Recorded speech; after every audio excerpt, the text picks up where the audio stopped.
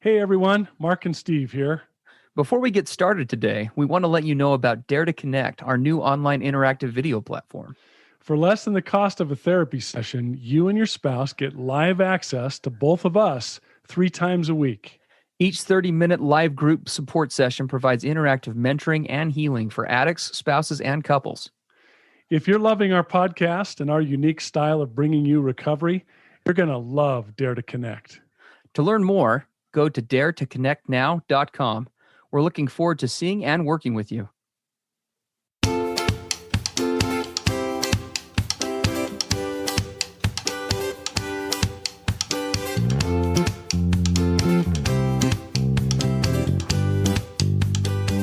Hey everybody, I'm Steve Moore.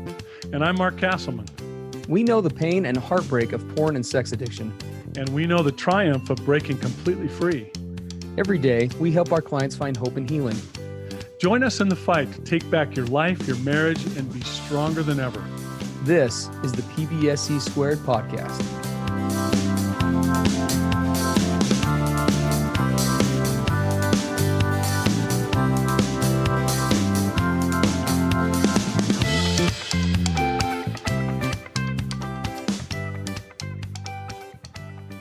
What's up, everybody? Steve and Mark here at the PBSE podcast. It's good to be with you guys today. We're here at episode 114. We've got some good things to share with you today. We hope that you guys are all having a safe and enjoyable day, and it's getting warmer wherever you are for you.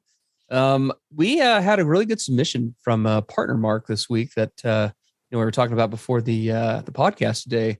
That was actually really well done. We're going to go ahead and read the whole thing. I'm going to be pretty quick about it, but it touches on a topic that we haven't covered in some time. That is really good, a good introspective topic for both our addicts as well as our couples, or our partners rather, that are listening.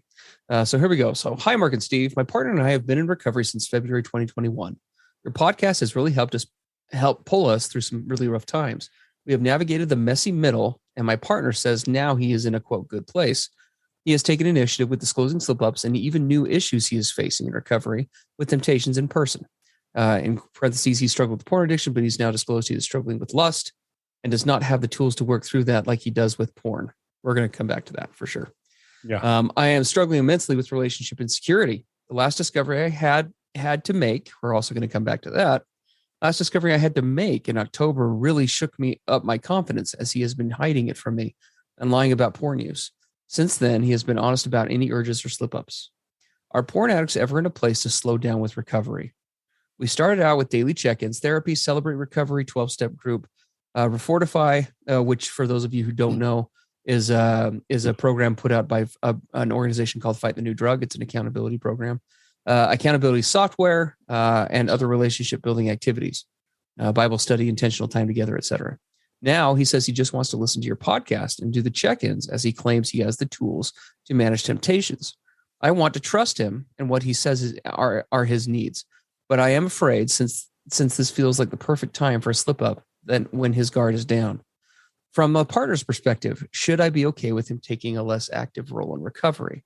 I am working through my own issues still, and they are becoming magnified with my insecurities of him using less recovery tools.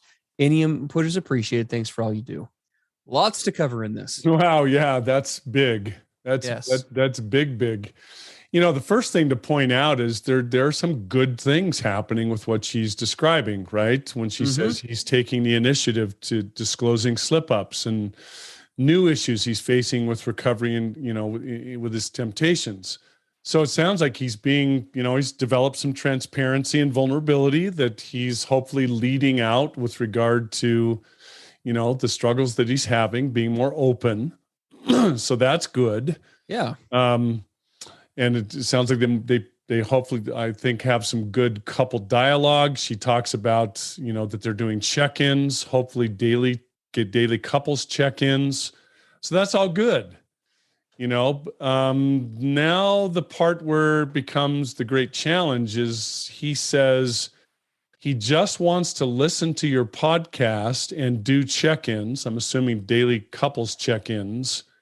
And he claims he has the tools to manage temptations. Yeah. So he kind of wants to back off all this other intense stuff and, I don't know, what would we call it? Do, quote, recovery light? instead of recovery heavy. Diet recovery. Diet recovery. I don't know, something like that. Yeah. So there's a lot of stuff to break down. And again, we don't know this couple. We have very limited information from her perspective. So please don't get too caught up in the details of this and what we know or don't know. We're just going to take this on the surface and use some of the things that were said to break it down for all of you who are listening so that it's helpful.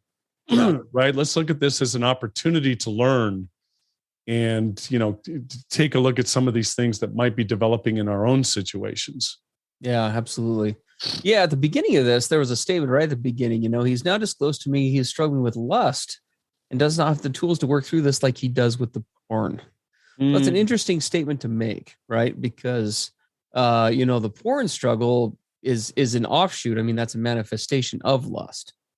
And when I hear that, obviously there's probably more to it, but what I'm hearing, Mark, and I know we talked about this a little bit before, is that it sounds like there are definitely some use of tools that are going on, which is good, but it's almost more focused on dealing with the outside symptomology, right? So not accessing the pornography, for example, while there is, at least from what I'm hearing here, it sounds like there's a lot of still internal work to be done. Right. Well, yeah.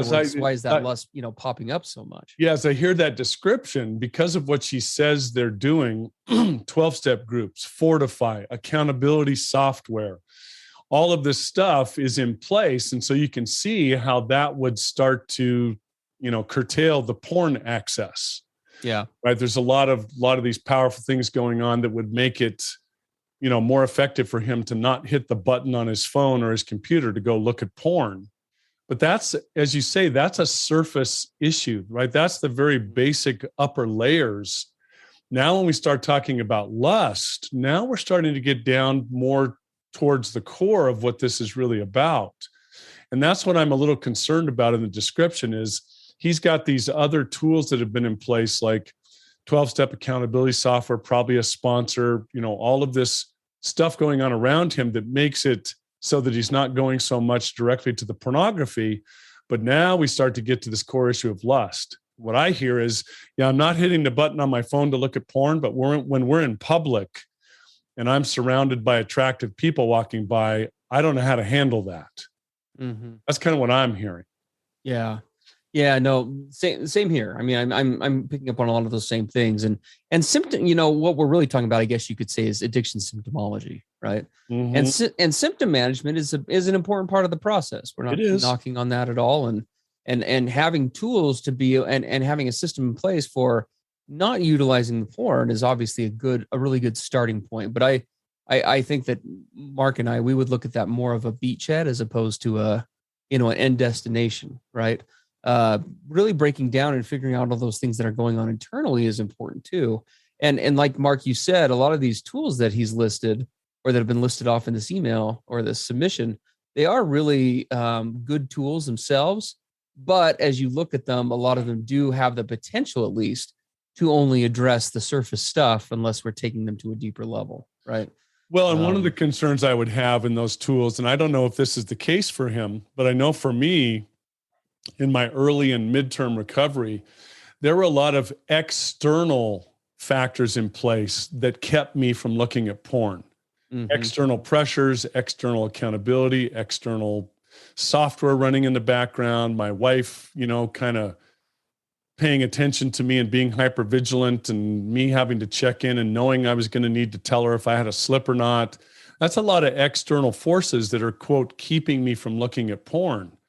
When we start to address lust, especially the more subtle forms, like in a public forum, if I'm at the mall or the swimming pool or the gym or wherever, now those external forces really are not very effective in me managing that. Now I've got to get into the more internal, personal, right, leading out proactive tools that I use within myself in those situations. Yeah. That's where we start to get to the heart and core of real recovery.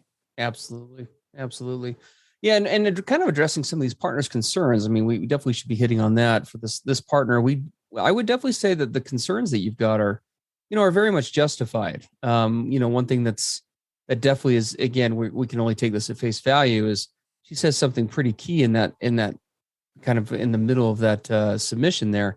The last discovery I had to make in October really shook my confidence, as he has been hiding it from me and lying about porn use. So what that tells me is, and I think it's a pretty solid assertion, is that she found out about the use again. This wasn't something that was even proactively disclosed, is what it sounded like. Which is, I'm just going to tell you, is, and I know I may not be this guy's best friend today, but is a huge red flag. If we're still concealing and we're still deceiving as recently as 4 or 5 months ago, for what it's worth, I mean, obviously, any spouse, I think, is due to their own, our feelings are valid always. We talk about that all the time, but from a strictly just factual outside perspective, I think a spouse has every right to be concerned, given the desire to back off of recovery. One, in the way that we're talking about doing it, but two, just given recent events. That's not a long time after the deception piece. We talk about that a lot in other podcasts. We won't do that for, today for sake of time, but just to reemphasize what we've often talked about, the deception component is oftentimes far more exponentially more so damaging than the actual betrayal itself. Right. And so for an addict, I think, to be trying to approach this from a place of, I'm good now, and I want to walk these things back. Obviously, we don't know this individual, but I can tell you, as far as the relationship concerned, your spouse has very good reasons for being concerned. And I think that probably will involve creating some distance between the two of you, in terms of her possibly needing to come up with and hold certain boundaries, or take some emotional space just as a protective measure. If that is what you decide to do, while she's able to kind of do her own healing, her own work, and she's able to see consistency from you in the interim. I don't think that it would be fair, really, on any level, given how recent that is, for a partner to be completely okay with that and not be concerned at all. When we look at the research of how long recovery takes and the issues involved, and when you address specifically that the lust is still an active, ongoing issue, I don't know. This is almost like, it almost strikes me as kind of like, it's like we stop taking our round of antibiotics on day 5 when the symptoms go away. That's kind of what it sounds like to me. Mm-hmm. Is this really, I think that there's clearly much more work to be done, and not just on the relationship side, but I would agree. I think that this guy that we're referencing here is definitely, it's a risky business to look at walking that back, which I know kind of takes us now into this realm of, what kind of recovery are we shooting for, right? So let's talk about that a little bit. Well, yeah, and a few things. If I look at my own behaviors in the past and people I've worked with for years, I see a couple of possibilities here with regard to this guy in recovery. One of those is, he says he's been in recovery since February of 2021. Right. But then she was still discovering things last October, 4 or 5 months ago. So part of this, I would caution him on is, yeah, you started into recovery, in 2021. And so you've been in that a little over a year. Are you still in a place where you can show empathy and compassion and leaning in and moving toward your wife in her pain and her struggles and her healing?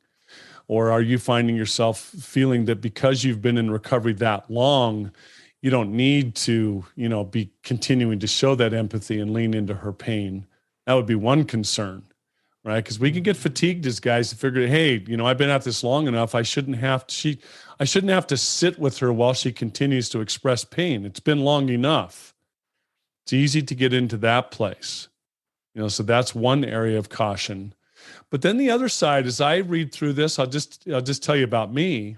There came a time in my recovery where I said, you know what? Do we always have to keep doing this intense approach to all this recovery?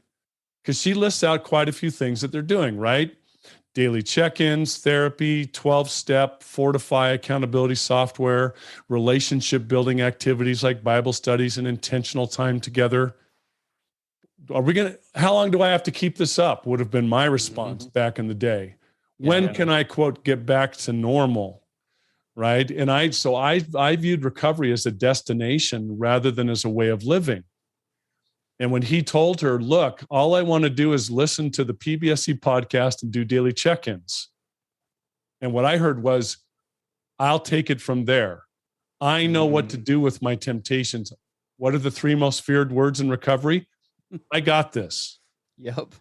But then at the same time, he's saying that he doesn't know how to handle lust, that the tools he uses to not look at porn aren't working for his lust issues. Yeah. And I'm like, whoa. Okay, let's pause right there. You want to back off of recovery and go with, recovery light. And when you express that, I'm like, you actually need to increase recovery. Yeah.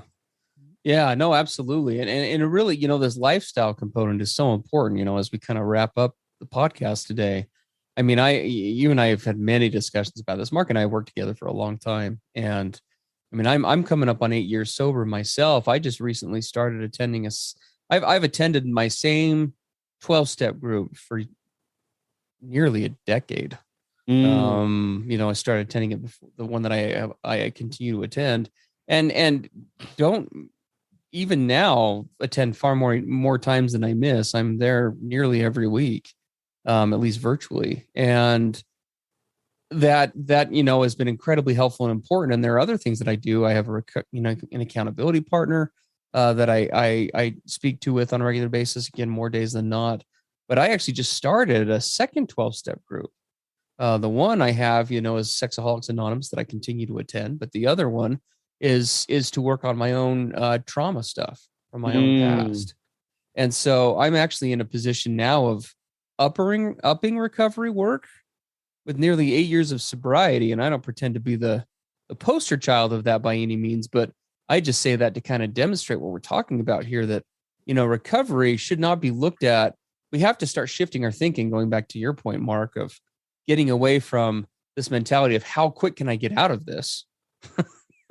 Right? How quick can I get rid of all this, and start looking at this like, should we keep up the same level of recovery in year 1 as we do in year 5, as we do in year 1? No. And I don't do that either. But the things that are listed, that Mark, we've read that list off a couple of times now with the 12-step groups and the doing connecting activities as a couple and being accountable to each other and check-ins and all that stuff.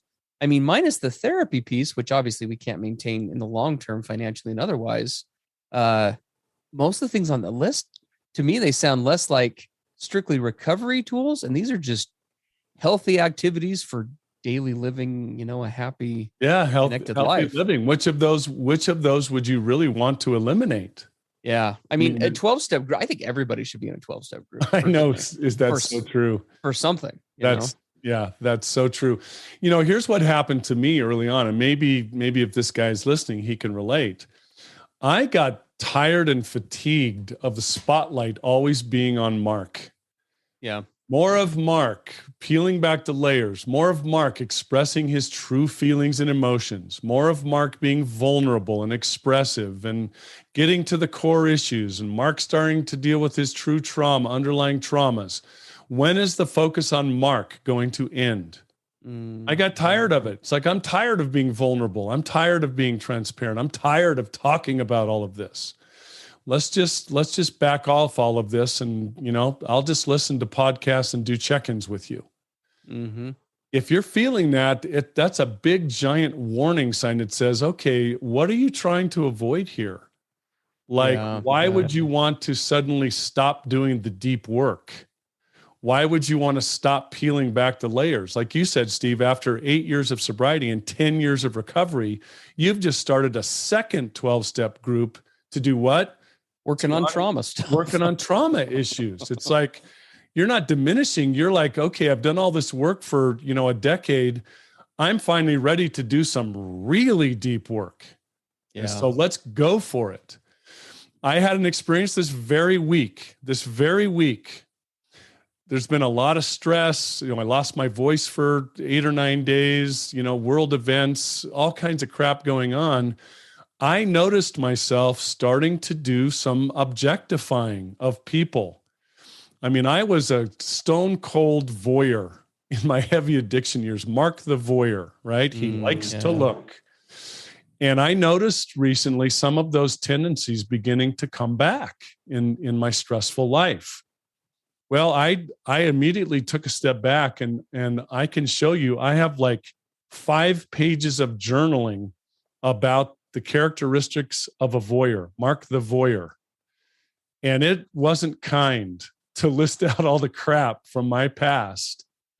And I've been reading that every day for the last week plus, 5 pages of what I wrote about the old Mark the old voyeur, in order to call myself into check. It's like, dude, do you really want to go back to that? You want to become that guy again? And I had to do the work on that. After all these years and years and years of recovery, it's like, okay, this is not the time to diminish. This is the time to drill down. So we're hoping that everyone listening, if you're in recovery, start thinking of these things as a tool belt. You know, this tool belt you wear around your waist with all of these tools that you access on a daily basis, and you become really expert in their use over and over and over again. You don't take off that tool belt. You keep it on, you continue to add to it, and you build your skills and your expertise until you become really good, right? Like this, I don't know, like a expert journeyman in your field, right? With the tool belt. And so it's a much different mindset than recovery as a destination or a check the box so that I can now get back to this other way of living. This is the way of living. And we hope that you will look at it and go, why would I want to ever move away from this? It's so awesome what it has created and produced. I like the guy I have become and am and becoming. I don't want to abandon that. Yeah. Yeah, it's an interesting, look into the long-term, direction of where recovery can and not to go, as we look back on all these, at the many men that, I've worked with, and women, work with female addicts as well. The ones who really make it, are those ones who adopt this as a lifestyle change. I think we said a couple of weeks ago on the program, those guys that are smart in 12-step, do you know what they do when they get done with step 12? Is they just go back to the beginning of the book. They start over at step 1. Right. But hopefully it's been an upward spiral so that they're starting over at step 1, but they're starting over at step 1 2 levels higher than when they started it the last time. Correct. That's what you're doing. You're starting over on the 12 steps, but now to address deep traumas. Yeah. But you couldn't do that unless you'd been around that merry-go-round on 12 step, a dozen times over the decade. No, I would agree. I mean, the stuff that I've done in recovery up to this point is definitely what has paved the way for even looking at that kind of stuff. And I know that's the case for you as well. So yeah, lots of thoughts on this topic, guys. And as always, we love tackling topics like this. There's so much more to say about this. And obviously this submission was really well done, but it is just a single submission that we're responding to on a podcast. We would love to have people who listen to our podcast who haven't already done so, come give our Dare to Connect program a try. It would be so great to tackle something like this from a subscriber on our Dare to Connect program and be able to ask questions, further, kind of feeling questions about the topic like we do so often on the program, and then be able to kind of give more personalized advice and feedback based on that. We meet every week with our addicts on Mondays, our spouses of addicts on Wednesdays, and our couples on Fridays, where we bring everything all together and we cover all things recovery related. We'd love to have you guys come join us. There's a 2-week free trial going on with that right now. You can find more information about that and sign up for that at daretoconnectnow.com. So we would love to kind of take topics like this to the next level with you. So please do give that a look. But we appreciate the chance to address this today. We know that there are many spouses out there, struggling in a similar place. And obviously everyone's recovery, we all have to own our own recoveries, be it an addict, be it a spouse. But when it comes to the coupleship, it's our hope for all of you that you guys are able to take what Mark Mark and I do on this podcast, which is to hopefully not have to reinvent the wheel in your own lives. I think that's why we started this whole thing, right? A couple of years back is, among whatever else we do is we want to help you guys not to have to redo all the same stupid mistakes that we made along this journey. So exactly. So the more you can learn from us, and the better off you guys can be. We honor you guys for taking up the fight and doing whatever you can to find connection and to fight for love and to fight for recovery in this process. So we will look forward to being with you guys next week, and we hope that the rest of the week goes well for you, and we will talk to you then. Everything expressed on the PBSE podcast are the opinions of the hosts and the participants and is for informational and educational purposes only. This podcast should not be considered mental health therapy or as a substitute thereof. It is strongly recommended that you seek out the clinical guidance of an individual qualified mental health professional. If you're experiencing thoughts of suicide, self-harm, or a desire to harm others, please dial 911 or go to your nearest emergency room.